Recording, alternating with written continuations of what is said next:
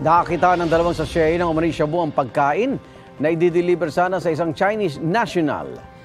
Nangyari yan sa isang Pogo Hub sa Pasay na ni-raid kamakailan at nakitaan ang torture chamber sa loob ng gusali. Naharap sa panibagong kasong Chinese sa tumanggap ng delivery at may unang balita si Nico Wahe. Simula nang i-raid ang Pogo Hub na ito sa William Street, Pasay City, bantay sarado ng mga otoridad ang lahat ng ipinapasok sa gusali, kabilang dyan ang pagkain at mga gamit. Dito pa rin kasi nakahold ang iba pa mga Chinese habang patuloy ang investigasyon kaugnay sa umano'y human trafficking at pang-torture na nangyayari sa loob ng gusali. Kaya nang may dumating na delivery ng pagkain na binili sa isang fast food restaurant gabi noong Sabado, November 4, chinek muna ito bago ibigay sa isang Chinese na siyang nakapangalan na receiver nito.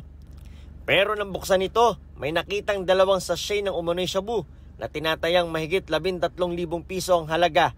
In-inspection itong isang order ng pagkain and it turned out meron palang nakapalaman dito na dalawang sachet ng shabu at yung mga foil.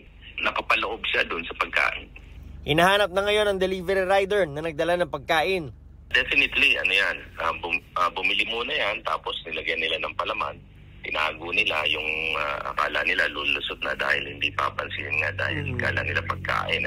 Isinailalim sa drug test ang Chinese na receiver ng delivery. Sa pamamagitan ng interpreter, ipinaalam sa kanya ang kasong kaharapin.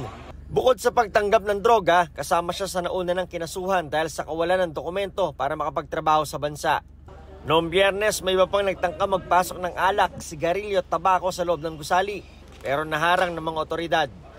Ito ang unang balita, Nico Wahe, para sa GMA Integrated News.